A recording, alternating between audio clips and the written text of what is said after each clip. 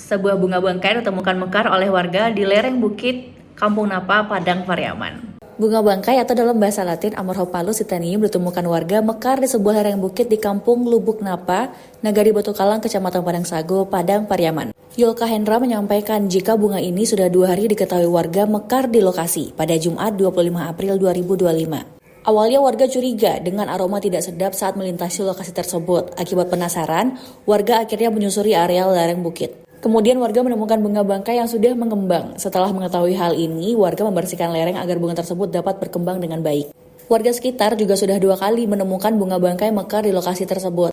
Nah, namun bunga bangkai yang satu itu sudah ditebang warga beberapa waktu yang lalu. Hal tersebut karena warga tidak tahu jika itu adalah bunga bangkai. Sehingga bunganya ditebang dan kemudian akhirnya mati. Kejadian tersebut juga sudah terjadi 3 bulan yang lalu.